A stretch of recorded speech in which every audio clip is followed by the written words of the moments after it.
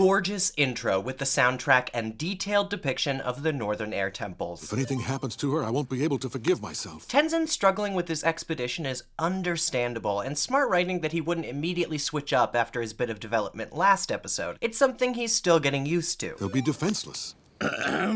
Excuse me? But I've never had bending. Of course you aren't, because you have your... Positive attitude? Accurate sibling dynamics. Wake us up if you need some company. Or if their bodies start floating around and you need someone to help you grab them before they fly off. And I love the support, even if Boomy doesn't phrase it in the best way, which is completely in character. God, the spirit world in Korra is gorgeous looking. Such detailed and unique environments. You never know when we'll run into some dark spirits.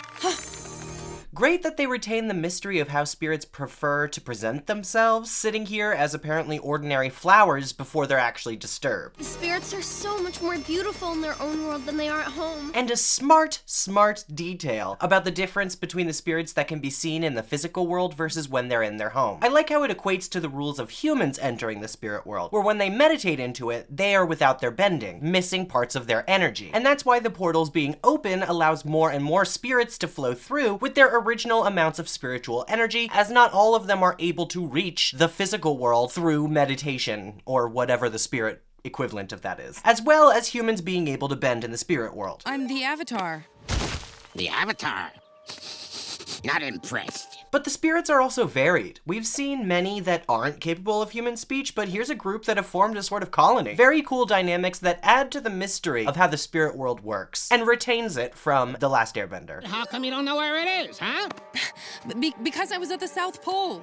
I don't trust her. Get out of our world. I get that it can be frustrating how these spirits react to Korra, but I love that their energy continues feeding back into one another. As Korra gets more stressed, more appear, becoming more agitated, perpetuating the cycle even further, until it reaches a fever pitch. Jinora! Oh! Korra, stay calm! I also think it's realistic that Jinora isn't exactly the best guide for Korra in the spirit world. Like, she is still a kid and gets distracted. She ran off immediately here. Love the ritualistic dance the spirits do as they're sucked down into this hole. And it's so amazing how varied the locations of the spirit world are, further playing into that mystery. And I'm sure this scene had people with thalassophobia shaking.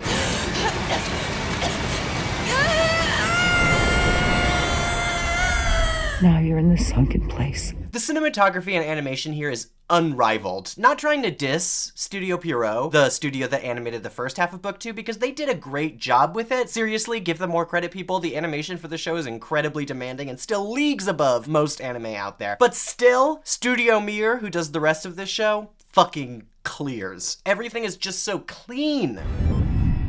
The smooth transitions from location to location are also so great, making this sequence feel like a real trip. Okay, genuinely, these are the most terrifying spirits we've ever seen. I mean, seriously, can we learn more about these? I mean, Ko is scary and all, but these things look like let alone face stealers, but soul stealers guarding the fucking keep to hell. It's so interesting. Wow, this forest is pretty scary. What the fuck is that hand thing? Holy shit! Jinora!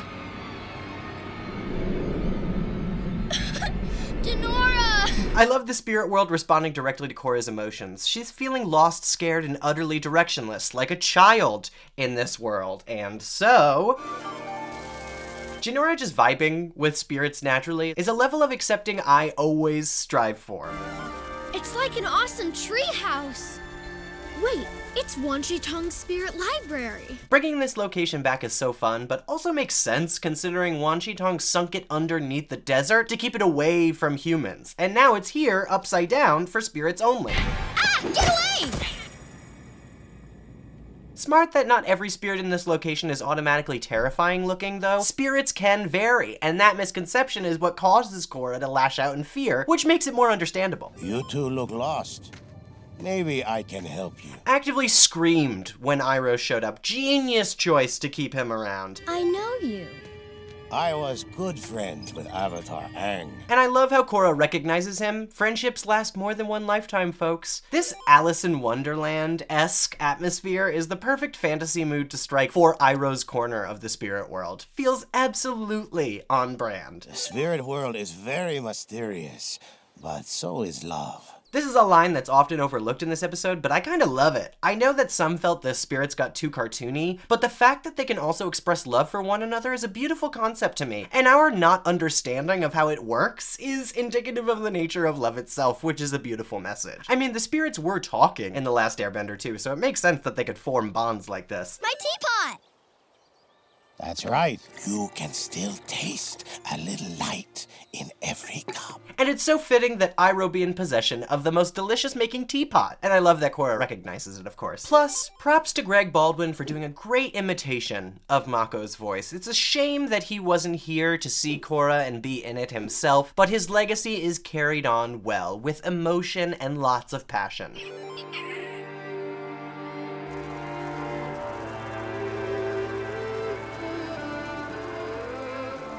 Sorry, I just have to give another point for the soundtrack. It is so appropriate for this moment and just downright gorgeous. I could just stay in here forever, reading.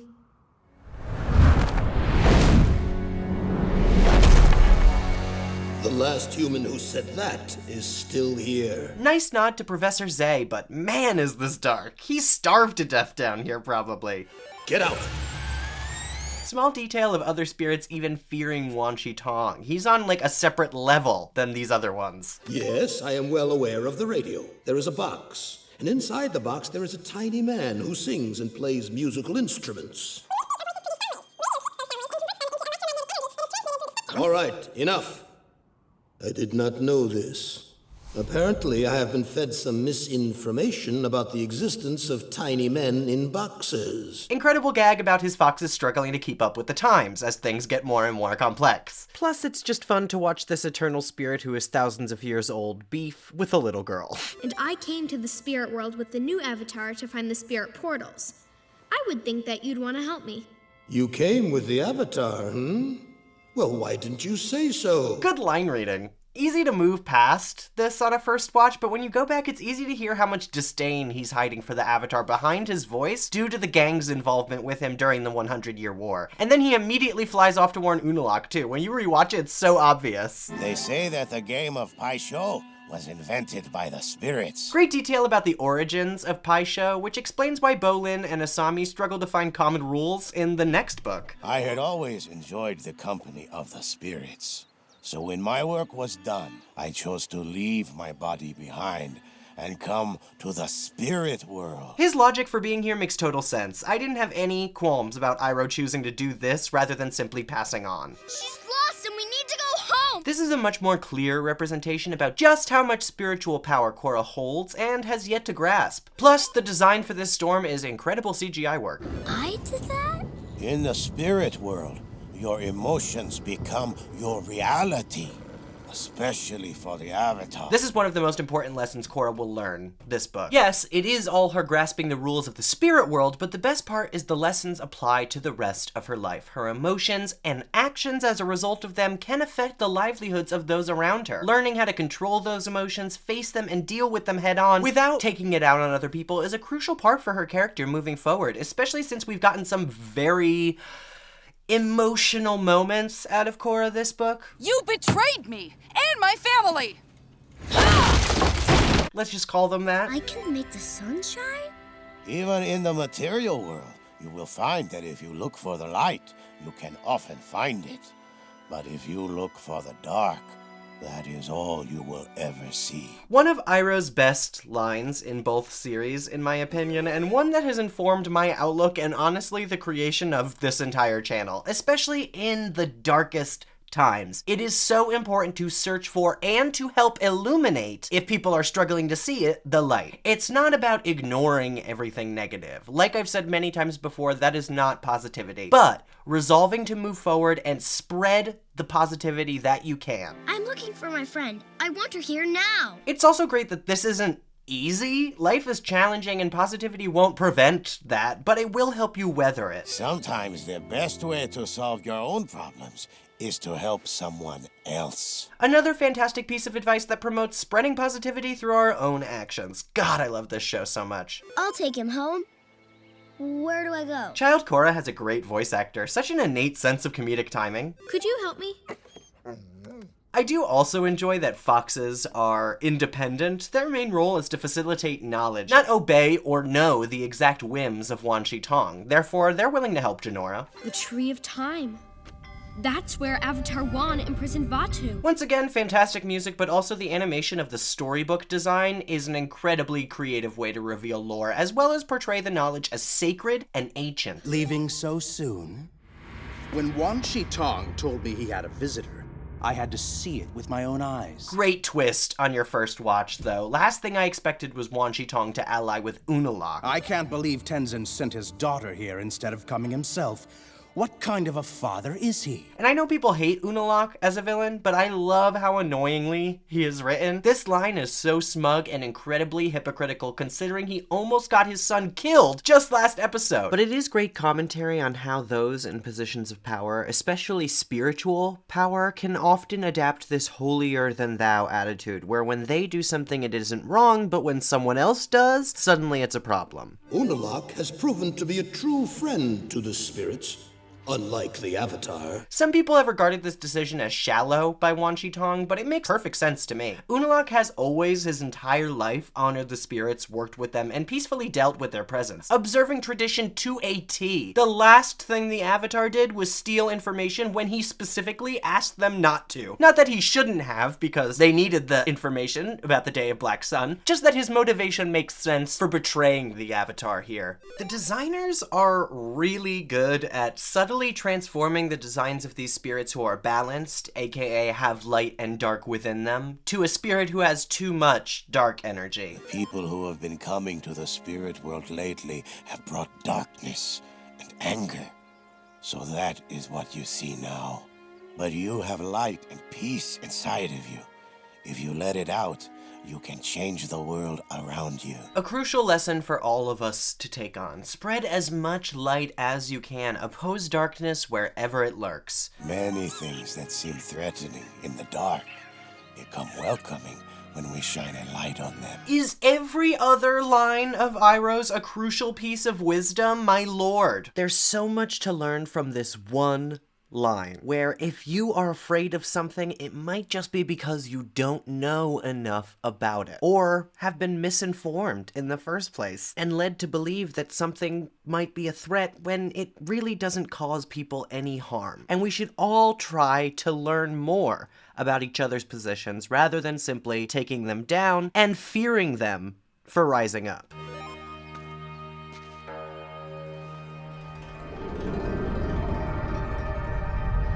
Retaining how mysteriously travel and time works in the spirit world.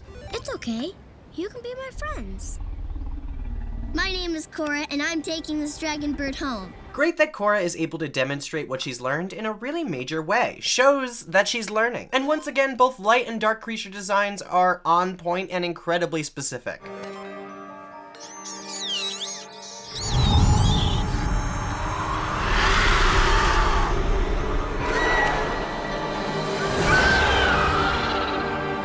This level of majestic is hard to reach, but Avatar finds it quite easily. Korra earning a Spirit Phoenix is so badass, and I love this moment. Finding her confidence again and then returning to teenager Korra is also incredibly meaningful. The design of the center of the spirit world is so amazing. The representation of yin and yang with a blending of the two portals centered around the wonderfully designed Tree of Time. The sky is incredibly unique and makes for a completely stunning atmosphere. Truly one of a kind. So you've returned, Rama. Oh my god, this is 100% one of my favorite camera movements in the entire show. So intimidating, shows the raw spiritual power of Vaatu, even chained in that tree, and is just excellently maneuvered. Vaatu referring to Korra as Rava plays into her inner conflict throughout this season. Cool showing how Unalaq can bend energy in either direction, light or dark. And the spirits turning dark around Korra shows how much of a leg up he has in transforming and utilizing the rules of the spirit world. He's done all this before. Open the portal, or lose your friend's soul forever. Hey, Bryke, how did you get Nickelodeon to approve you threatening to murder a child? Just curious, thanks. I'll do it. Tons of people blame Korra for this decision, but like, what other choice does she have here? Zero. They had no way of knowing Unalaq would be able to completely euchre them like this, nor that he would be waiting in the spirit world ready for them. They would have had to predict that Wan Shi Tong would betray them. There's so many moving parts, to be able to blame Korra is quite a stretch. It's actually a fantastic way to advance the plot and force Korra's hand without it really ever being any one character's fault. It's quite good writing.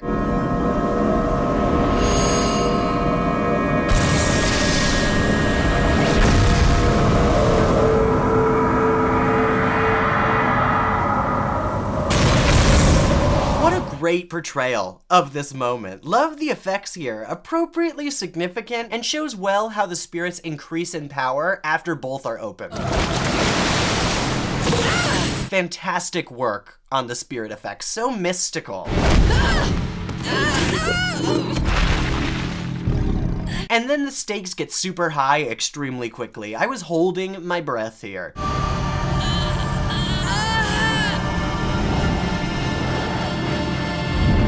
It's also so great to see competent villains with extremely effective plans. I mean, I get that it's frustrating because Unalaq's plans work so well, but I love how high the stakes get. But Korra's past work in the spirit world coming back to help her is incredibly powerful. She's formed a bond with the spirit that can't simply be broken by Unalaq or Vatu's presence, which shows an important part of connecting with spirits in the spirit world, and how it isn't just a very simple, I can turn them light or I can turn them dark type thing. Once the harmonic convergence comes, I'll be free from this prison, and then I will have my revenge. Excellent way to build tension for the final arc of this season. Where's Jinora? Why isn't she waking up? Korra! What happened to my little girl? Oh, 5 points for this ending. Such an emotional moment with some great voice acting from J.K. Simmons. Truly broke my heart. And a brutal cut to credits, reminiscent of Book 2, Episode 10 of the original series, The Library, which was also where we first encountered Wan Shi Tong. It's great how many references they were able to pack into this episode, too.